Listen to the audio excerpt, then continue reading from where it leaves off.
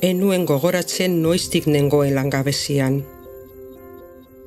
Barrutik autoestima pizkanaka jaten dizun zerbaiten antzekoa da. Eskarmentu gehiagoko pertsonak behar ditugu.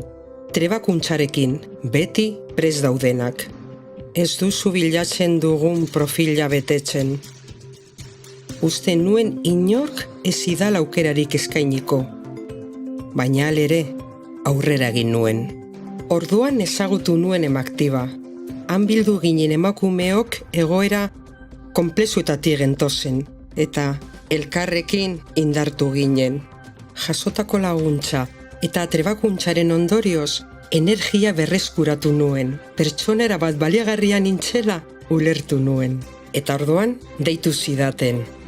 Gure gizako emakumekin konprometitutako enpresa bati esker aukera bat izan nuen. Oraintxe bertan urduri nago. Gaur, gertatuko den minutu oro buruan irudikatu dut. Larri sentitzen naiz, baina seguru ere sentitzen naiz. Badakit, enagoela bakarrik, ikasitako guztia baliagarri bihurtzeko unea iritsi da.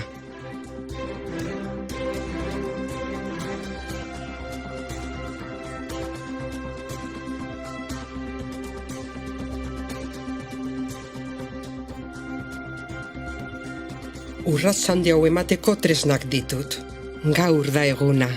Etapa berri bat hasiko dut. Aukera bat baino enuen behar. Baliatu egingo dut, bai, eta gozatu ere, ahalik eta gehien.